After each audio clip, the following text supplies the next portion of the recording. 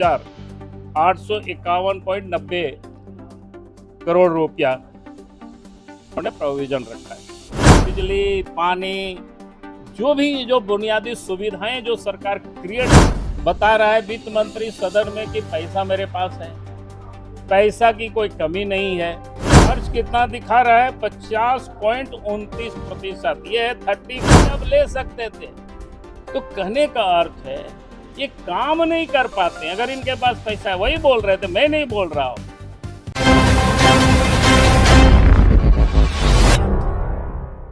तो शायद पढ़े भी, तो हम भी पूरा बैठ करके मैं सुन भी रहा था और संजोग से उसी समय पुस्तक भी मिल गया था बजट भाषण की। तो मैंने उस बजट भाषण को, पुस्तकों को भी मैं पढ़ रहा था और उनकी भाषण को भी सुन रहे थे। तो कुल मिलाकर के समझ में जो आया मैं वो आप सबके सामने आज रख रहा हूँ। एक तो इन्होंने बजट में, ये लोगों ने नाम पर खूब कारीगरी करता है और जब से हेमंत सोरेन की सरकार बनी है और तब से देखेंगे 22-23 में इस बजट का नाम को रखा था हमर अपन बजट। इसके बाद 23-24 और 24-25 में रखा हमीन कर बजट और 25-26 में रखा अबुआ बजट और 26-27 में उस नाम को और आगे थोड़ा बढ़ा दिया अबुआ दिसोम बजट।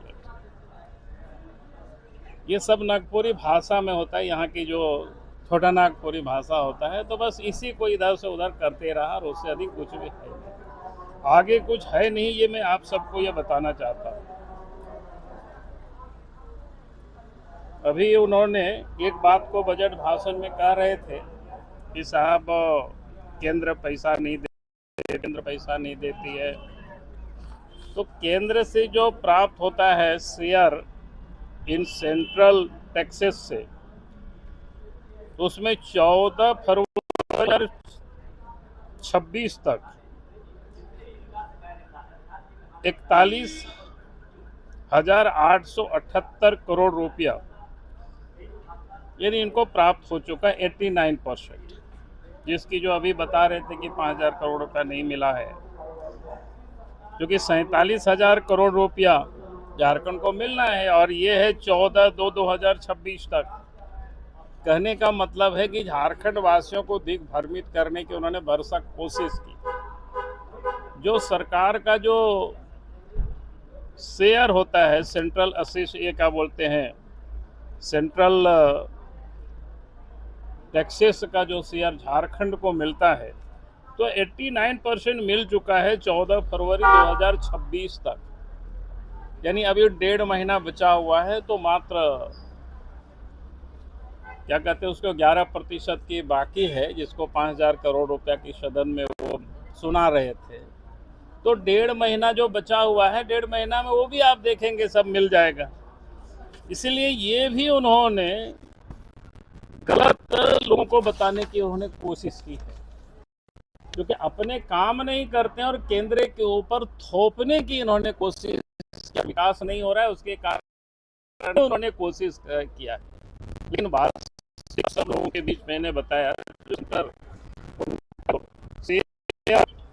टैक्सेस में,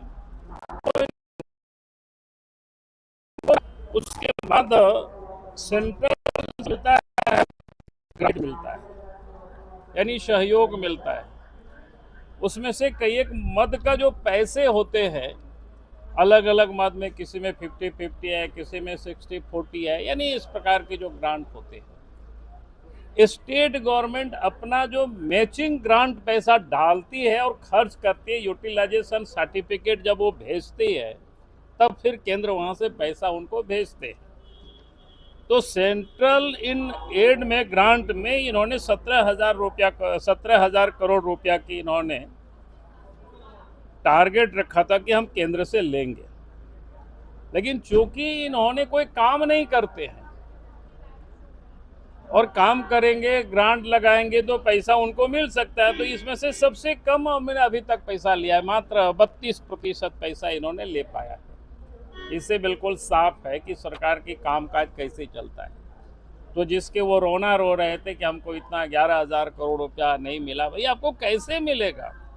सरकार को भी अच्छी तरह से पता है कि पैसा किस प्रकार से मिलता है ग्रांट एंड एड में, कैसे पैसे लगाए जाते हैं, तो ये अपने शेयर हिस्सा पूंजी लगाते नहीं है, खर्च होता नहीं है, यूटिलाइजेशन सर्टिफिकेट जाता नहीं है केंद्र को, तो इनको पैसा नहीं मिलती है। तो इनके क्या कहते हैं उसको, मिसमैनेजमेंट कह सकते हैं या सूझबूझ की अभाव कह सकते हैं, या केंद्र से पैसे लेने का इनको कोई ढंग ढांचा कुछ आता नहीं है, और जब काम नहीं कर पाते हैं तो तरह तरह की वो बातें करते हैं। बाबूलाल जी, आप पहले मुख्यमंत्री रहे, मैचिंग एड क्या पैसा नहीं है सरकार के पास, इस वजह से नहीं हो रहा है, या सरकार अब ये इनको बतानी पड़ेगी ना क्या मामला है। अभी तो बताया कितना बोला, 91,000 करोड़ रुपया, उसमें 13,000 करोड़ रुपया मई योजना को बात कर देंगे तो हमारे पास पैसे की कमी नहीं है वगैरह वगैरह। अभी विधानसभा में बोल रहे थे बजट वित्त मंत्री, आप सब लोगों ने सुना, बता रहे पैसा मेरे पास है। वित्त मंत्री अभी सदन में बोल रहे थे बड़ी बड़ी आवाजों में, भाई आपके पास है तो ये ग्रांट एंड एड तो आराम से आप ले सकते थे। तो कहने का अर्थ है ये काम नहीं कर पाते। अगर इनके पास पैसा है, वही बोल रहे थे, मैं नहीं बोल रहा हूं, तो फिर वो कैसे पैसा ले सकते। आइए अब मैं वर्क की बात बता रहा हूं थोड़ा सा, ताकि आप सबको समझ में होता है। पैसा प्राप्त करती है सरकार और व्यय करती है, किन किन क्षेत्रों में व्यय करती है, किन किन मदों में व्यय करती है, इस बात पर हम सब लोगों को थोड़ा ध्यान रखना पड़ेगा। तो इन्होंने क्या किया है, वर्ष 2026-27 की जो 1,58,580 करोड़ रुपया का इनका बजट है, अब उसमें से रेवेन्यू जिसको बोलते हैं राजस्व व्यय 1,20,851.90 करोड़ रुपया उन्होंने प्रोविजन रखा है। यानी 1,20,851 करोड़ 90 लाख रुपया इनका राजस्व व्यय है। राजस्व व्यय मतलब क्या है, वेतन इत्यादि में जो खर्च होते हैं। उसके बाद पूंजीगत व्यय जिसको इंफ्रास्ट्रक्चर वगैरह की जो बातें करते हैं, वो 37,708.10 करोड़ रुपया यानी 10 लाख रुपया का ये प्रस्ताव किया हुआ है पूंजीगत व्यय। हम आपको 25-26 पर ले जाते हैं, तो 25-26 में इनका पास क्या था, राजस्व व्यय 1,10,000 करोड़ रुपया, 1,10,636 करोड़ 70 लाख रुपया। उसमें इन्होंने बढ़ाया है 1,20,085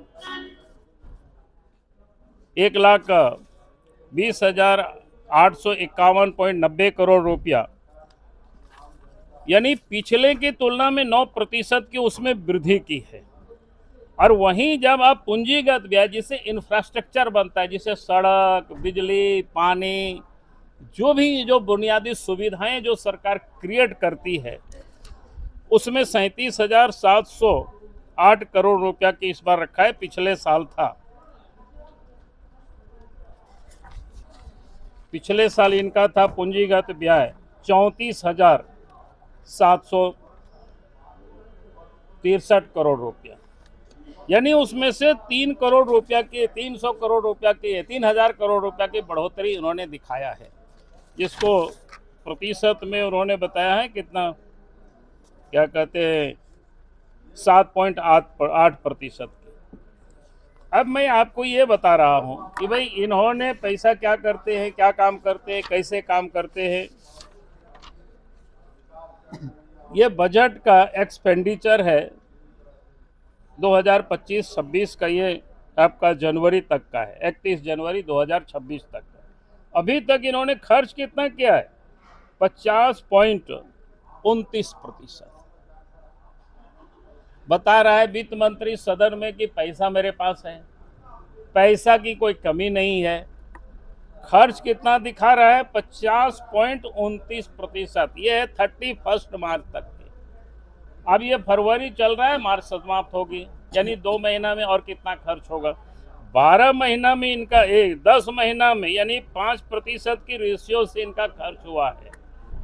अगर हम 10 महीना का हिसाब करते हैं मोटा मोटी, जैसे हम सब लोगों का जैसा गणित है, तो 2 महीना में और 10% खर्च होगा इनका, यानी 60% खर्च करेंगे। बाकी पैसा तो यूं ही, तो क्या कर रहे हैं ये। बाकी बजट पढ़ लीजिए, बाकी सुना लीजिए, लेकिन हम तो यही कहते हैं लोगों से, भाई हम लोग, मैं इतना लंबा चौड़ा नहीं जानता हूँ, लेकिन मैं क्षेत्र में घूमता हूँ, हम भी विधायक हैं। क्षेत्र में जाइएगा, लोगों की क्या मांग है कि साहब ये रोड बनना चाहिए हम लोगों की, ये रोड एकदम खराब हो गया है, 15 वर्षों से नहीं बन रहा है, टूट गया है रोड, यहाँ नदी नाला में पुल पुलिया है, बिना पुल के बच्चे नहीं जा पाते हैं, बरसात होता है तो वहाँ से आना जाना बंद हो जाता है, लोग बीमार होते वो अस्पताल तक नहीं पहुँच पाते हैं। तो आज ये सरकार की निकम्मेपन है, ये साफ दर्शाता है। इसलिए मैंने आप सबके समक्ष ये 2 दस्तावेज रखा और उन्होंने जो बजट भाषण दिया है उसका जो मुख्य अंश था वो मैं आप सब लोगों के समक्ष रखा है। और इसलिए मैंने कहा कि भाई ये सरकार जो बता रही है वैसा नहीं है, बात बड़ी बड़ी करते हैं और काम ये कुछ भी नहीं करती है। पर आप आरोप तो आप